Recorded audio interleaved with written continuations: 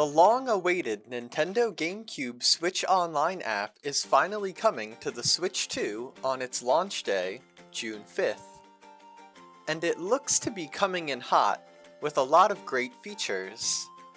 The games have an increased resolution from their original 480p and improved image quality. Each game will also have customizable controls, so that players can use the controller in a way that works best for them.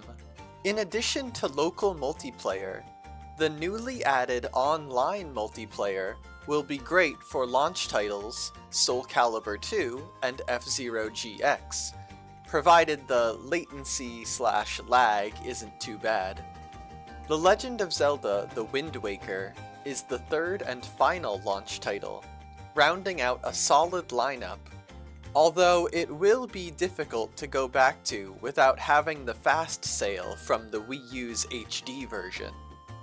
Coming soon after launch, we have more great games, including Super Mario Sunshine, Fire Emblem Path of Radiance, Pokemon XD Gale of Darkness, Super Mario Strikers, Chibi-Robo Plug-in 2 Adventure, Luigi's Mansion, and Pokemon Colosseum.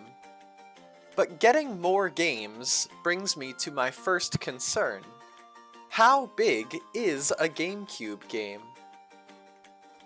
Super Mario Bros. On the NES is only 32 kilobytes.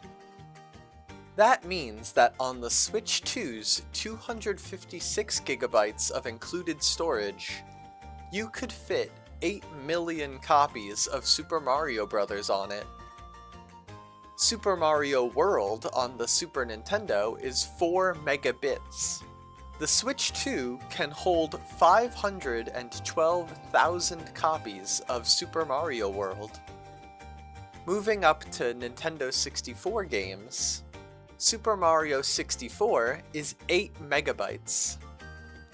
32,000 copies of Super Mario 64 can fit on the Switch 2. Finally, Super Mario Sunshine is a little less than 1.5 gigabytes. Calculating using 1.5 gigabytes, the Switch 2 can hold only 170.6 repeating copies of Super Mario Sunshine. Considering every game for the GameCube is about the same size, with 3 launch games, the Nintendo GameCube Switch Online app will be around 4.5 gigabytes. Every time another game is added to the service, that file size will increase by another 1.5 gigabytes. Depending on the speed that new games are added, this app could quickly start taking up a noticeable portion of your storage. Hopefully, Nintendo could fix this by making the app itself a UI only and having each game be its own individual free DLC that must be downloaded and used through the app. It's up in the air whether Nintendo would actually do that though. Speaking of how fast games are added, that is another concern that many people have. I personally think that we will get 1 new edition per month, 2 at most, because it will take Nintendo much longer to check through these much larger games to ensure that they are running 100% accurately.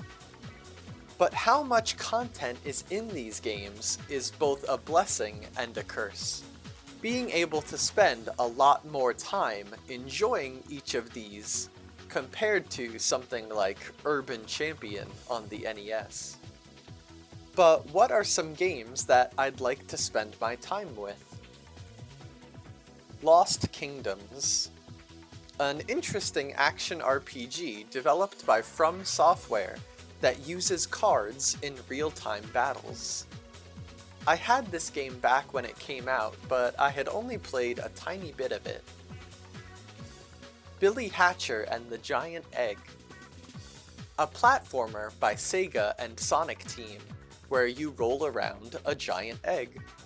The game was considered a commercial failure at the time, but I think that it deserves another chance to be played by more people. Skies of Arcadia Legends. A cult classic RPG from Sega. While many fans of the game would prefer a remake, I would love to see this game on the Switch Online app, as I've never played it, only heard good things about it. Mario Kart Double Dash. Mario Kart World may be taking center stage at the Switch 2's launch, but after some time has passed, this would be a worthy addition to the service.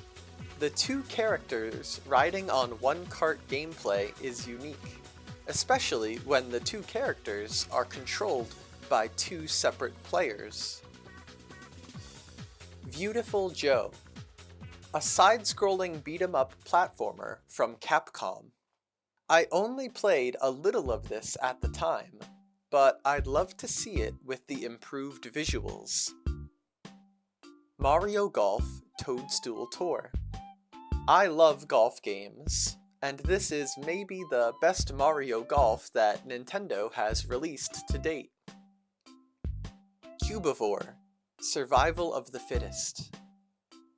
An interesting action-adventure game where you control a cube-shaped beast and eat pieces off of other beasts in order to mutate.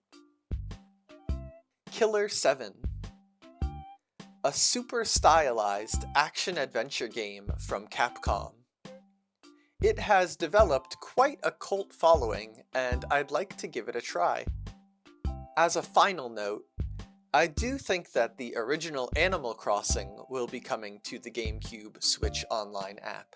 Its addictive gameplay loop of wanting to check in daily to do unique things and talk with villagers is perfect for psychologically encouraging people to continue their subscription. Let me know what you think, and subscribe for more. Thank you for watching.